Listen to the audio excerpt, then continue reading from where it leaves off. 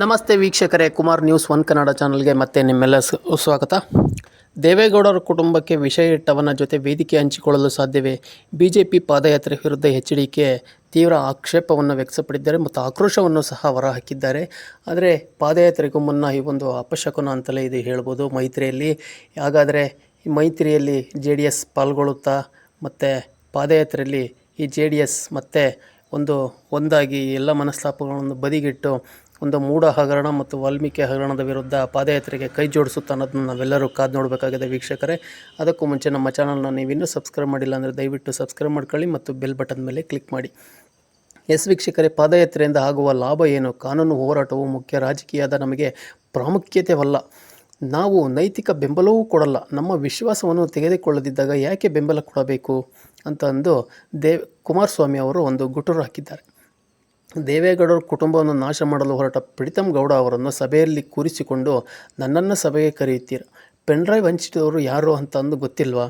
ಚುನಾವಣೆಯ ಮೈತ್ರಿಯೇ ಬೇರೆ, ರಾಜಕೀಯವೇ ಬೇರೆ ಎಂದು ಹೇಳುವ ಮೂಲಕ BJP ಪಾದಯಾತ್ರೆಗೆ ಎಚ್ಡಿಕೆ ಗರಂ ಆಗಿದ್ದಾರೆ ಅನ್ನೋ ಮಾತುಗಳು ಸಹ ಕೇಳಿಬರ್ತಾ ಇದೆ.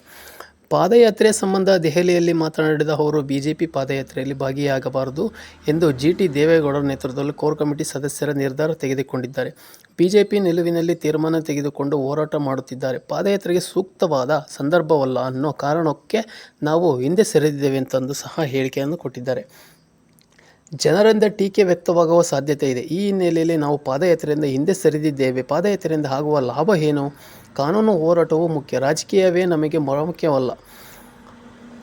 ನಾವು ನೈತಿಕ ಬೆಂಬಲವೂ ಕೊಡಲ್ಲ. ನಮ್ಮ ವಿಶ್ವಾಸಕ್ಕೆ ತೆಗೆದುಕೊಳ್ಳದಿದ್ದಾಗ ನಾವೇಕೆ ನೈತಿಕ ಬೆಂಬಲವನ್ನು ಕೊಡಬೇಕು ಅಂತಂದು ಕುಮಾರಸ್ವಾಮಿ ಅವರು ಈ ಮೂಲಕ ಒಂದು ಎಚ್ಚರಿಕೆಯನ್ನು ಕೊಟ್ಟಿದ್ದಾರೆ. ಬೆಂಗಳೂರಿಂದ ಮೈಸೂರಿವರೆಗೆ ನಮ್ಮ ಶಕ್ತಿ ಇದೆ, ನಮ್ಮನ್ನು ಪರಿಗಣಿಸದಿದ್ದರೆ ಹೇಗೆ ಎಂದು ಕುಮಾರಸ್ವಾಮಿ ಒಂದು ಆಕ್ರೋಶವನ್ನು ವ್ಯಕ್ತಪಡಿಸಿದ್ದಾರೆ ಅಂತ ಮಾತುಗಳು ಸಹ ಕೇಳಿಬರ್ತಾ ಇದೆ. ನನ್ನ ಮನಸ್ಸಿಗೆ ನೋವಾಗಿದೆ. ಯಾವ ಕಾರಣಕ್ಕೆ ನಾವು ಬೆಂಬಲ ಕೊಡಬೇಕು? ಪ್ರೀತಮ್ ಗೌಡ ಯಾರು? ಪೆನ್ಡ್ರೈವ್ ಹಂಚಿಕೆಯ ಯಾರು ಕಾರಣ ಅನ್ನೋದು ಗೊತ್ತಿದೆ. ದೇವೇಗೌಡರ ಕುಟುಂಬಕ್ಕೆ ವಿಷ ಇಟ್ಟವನು ಆತ. ಅಂಥವರ ಜೊತೆ ವೇದಿಕೆ ಮೇಲೆ ಕೂರಲು ಸಾಧ್ಯವಿಲ್ಲ ಅಂತಂದು ಹೇಳುವ ಮೂಲಕ BJP ನಾಯಕರ ವಿರುದ್ಧ HD ಕುಮಾರಸ್ವಾಮಿ ಅವರು, ಕೇಂದ್ರ ಮಂತ್ರಿಗಳು ಆಗಿರ್ತಕ್ಕಂಥವರು ಒಂದು ಕಿಡಿಕಾರಿದ್ದಾರೆ. ನಮ್ಮ ಕೋರ್ ಕಮಿಟಿ ಸಭೆಯಲ್ಲಿ ಪಾದಯಾತ್ರೆ ವಿರುದ್ಧ ತೀರ್ಮಾನವಾಗಿದೆ. ಕೇರಳದಲ್ಲಿ ಜೀವಹಾನಿಯಾಗಿದೆ. ರಾಜ್ಯದಲ್ಲಿ ಹಲವು ಜಿಲ್ಲೆಗಳಲ್ಲಿ ರೆಡ್ ಅಲರ್ಟ್ ಘೋಷಣೆಯಾಗಿದೆ. ಕೊಡಗು ಕೂಡ ಜಲಾವೃತವಾಗಿದೆ. ಮಂಡ್ಯ ಭಾಗದಲ್ಲಿ ನದಿ ನೀರು ಹರಿಬಿಟ್ಟಿದ್ದಾರೆ. ರೈತರು ಕೃಷಿ ಕೆಲಸಕ್ಕೆ ಶುರು ಮಾಡಿದ್ದಾರೆ. BJP ನಾಯಕರು ಸಭೆಯಲ್ಲಿ ಪೂರ್ವ ಸಿದ್ಧತೆ ಮಾಡಿಕೊಂಡಿದ್ದಾರೆ.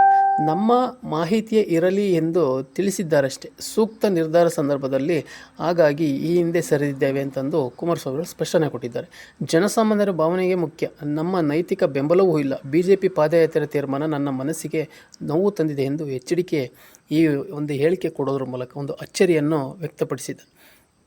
ಆದರೆ ಕುಮಾರಸ್ವಾಮಿ ಅವರನ್ನು ಮನವೊಲಿಸಿ ಮತ್ತು ಪಾದಯಾತ್ರೆಗೆ ಕರೆದುಕೊಂಡು ಬರ್ತಾರೆ. ಮೈತ್ರಿಯ ಮೂಲಕ NDA ಆಗಿ ಈ ಮೂಢ ಹಗರಣದ ವಿರುದ್ಧ ಪಾದಯಾತ್ರೆಯನ್ನು BJP ಮತ್ತು JDS ಜೊತೆಗೂಡಿ ಕೈಗೂಡುತ್ತೆ ಮತ್ತು ಯಶಸ್ವಿ ಮೂಲಕ ಮೈಸೂರು ತಲುಪಿ ಸಮಾರೋಪ ಸಮಾರಂಭದಲ್ಲಿ ರಾಷ್ಟ್ರೀಯ ನಾಯಕರನ್ನು ಕರೆತರುವ ನಿಟ್ಟಿನಲ್ಲಿ ಪ್ಲ್ಯಾನನ್ನು ರೂಪಿಸಿಕೊಂಡು ಇವತ್ತು ಪಾದಯಾತ್ರೆಯನ್ನು ಕೈಗೊಂಡಿದ್ದಾರೆ.